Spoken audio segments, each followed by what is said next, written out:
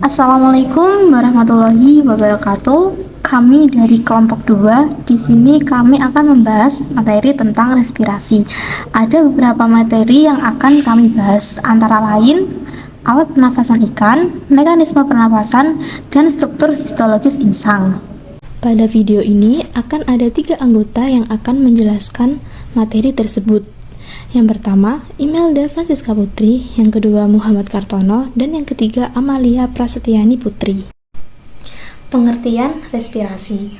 Respirasi adalah proses pengikatan oksigen dan pengeluaran karbon dioksida oleh darah melalui alat pernafasan. Dalam proses respirasi, oksigen berdifusi dari perairan ke dalam darah dan sebaliknya.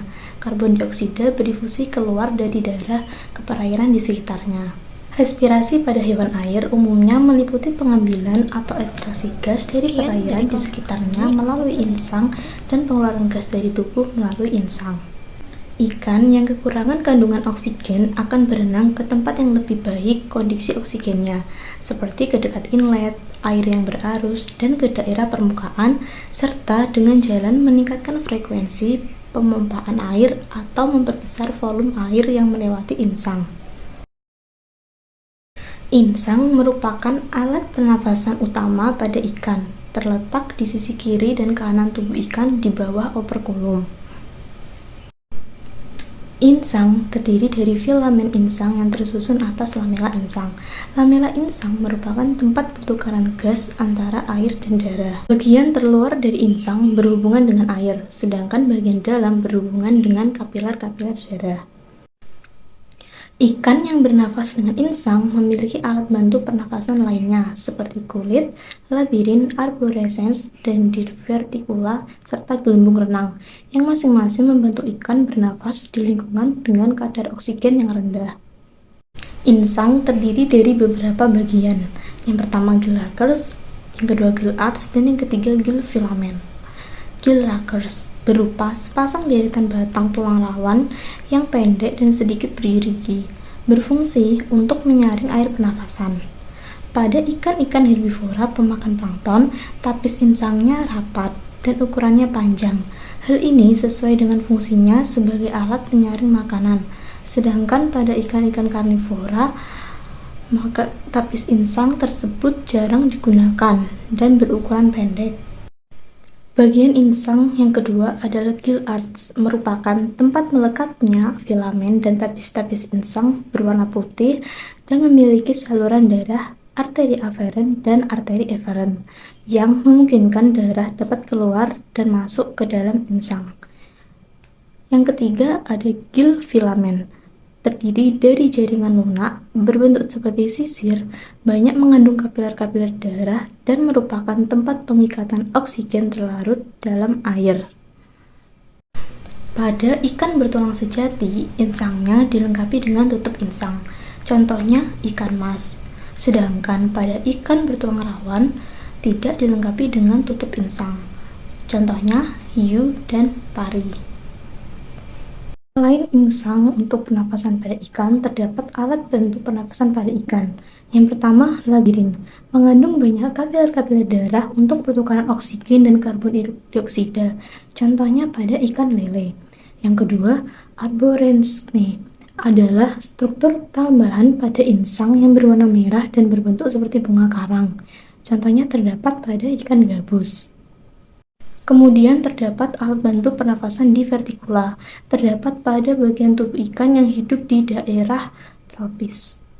Kemudian ada gelembung renang, merupakan organ yang berisi kantung berisi udara yang berfungsi sebagai pengatur tubuh ikan saat mengapung di dalam air, sehingga mampu menghemat energi untuk berenang. Alat bantu pernafasan ikan selanjutnya adalah kulit. Kulit ikan mengandung kapiler darah yang membantu dalam proses pertukaran gas.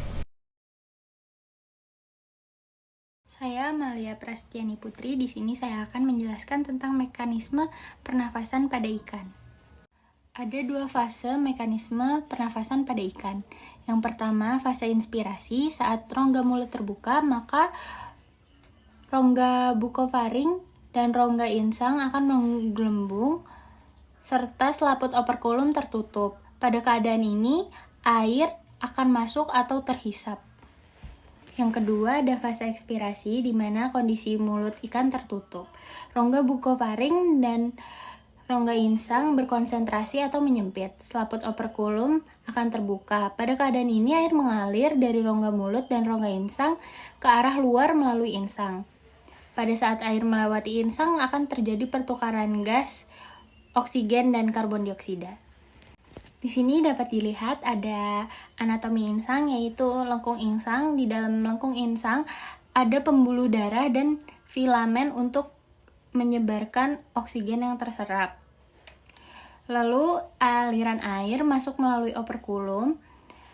Air yang masuk akan disaring oleh insang, kemudian oksigen yang ada di dalam air akan diserap, serta karbon dioksidanya akan dilepaskan.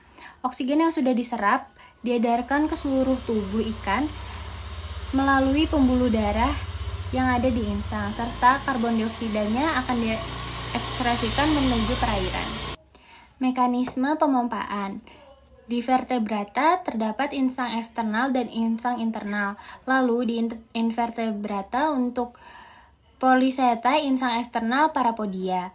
Lalu Annelida filamen menjulur, moluska melalui insang, cumi-cumi dari rongga mantel. Pemompaan oksigen bisa dilihat di sini, ada anatomi insang yang tadi. Lalu di situ ada gill arch, ada pembuluh darah, dan gill filamen. Nah, itu akan mengikat oksigen yang telah disaring oleh ikan. Air yang kaya oksigen dimasukkan ke dalam mulut.